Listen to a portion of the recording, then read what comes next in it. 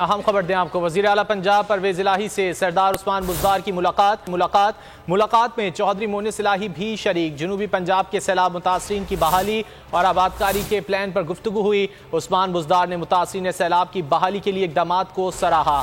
पूरी कोशिश है सैलाब मुतासरीन की आबादकारी का काम जल्द। परवेज़ इलाही की जानिब से कहा गया, सैलाब ज़दगान की बहाली के काम को ज़ाती तौर पर मॉनिटर कर रहा हूँ। PDM के लोगों ने सैलाब पर भी सियासत की। चौधरी परवेज़ इलाही ने कहा कि आखिरी सैलाब मुतासर शख्स की बहाली तक चैन से नहीं बैठेंगे। अहम खबर आप तक पहुंचा रहे हैं। वज़ीर आला पंजाब परवेज़ इलाही से सरदार उस्मान बुज़दार की मुलाकात हुई है।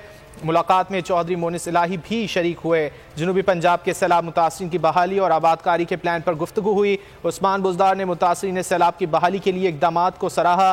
परवेज़ इलाही ने कहा कि पूरी कोशिश है सैलाब मुतासरीन की आबादकारी का काम जल्द मुकम्मल हो। सैलाब ज़दगान की बहाली के काम को ज़ाती तौर पर मॉनिटर कर रहा हूँ।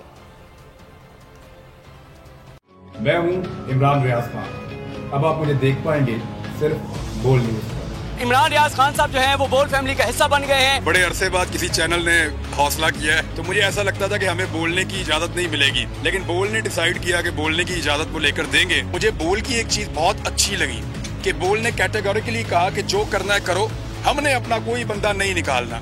इमरान खान बोल के साथ जुम्मे से इतवार रात 10 बजे।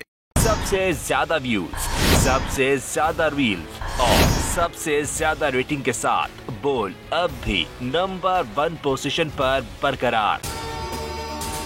अगर आपको ये वीडियो पसंद आए तो लाइक पर क्लिक करें, सब्सक्राइब करें और बेल दबाएं ताकि कोई खबर रह न जाए।